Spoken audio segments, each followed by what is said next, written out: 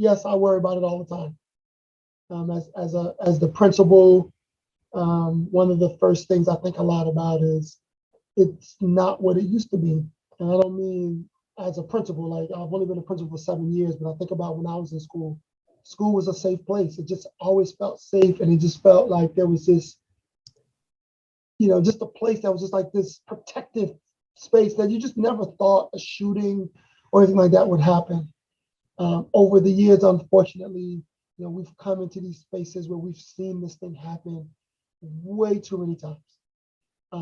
So that has impacted my work and what I feel about the work, and also how serious we take the drills that we do, how serious we take, and the time that we spend and what we talk through around safety and security. Not that it wasn't serious before, but I think all students now, right, have something to connect it to. They can say, "Oh yeah, I remember seeing that on television. This is important."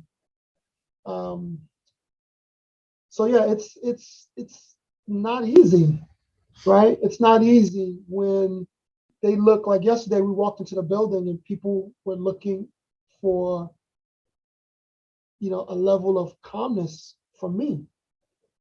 And part of me didn't want to be calm because I was angry at what happened. I was upset at what happened. I just had a lot of emotions.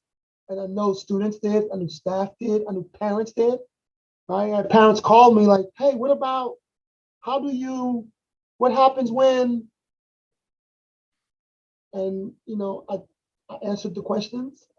But the reality is, there's no 100% like absolute situation because these things can happen.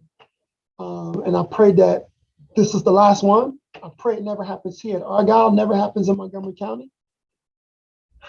But, we have to make sure that we're doing everything and, that's possible to prepare ourselves, prepare our students, prepare our staff, prepare our families. So if it does happen, that we are limiting, the damage, the carnage, the death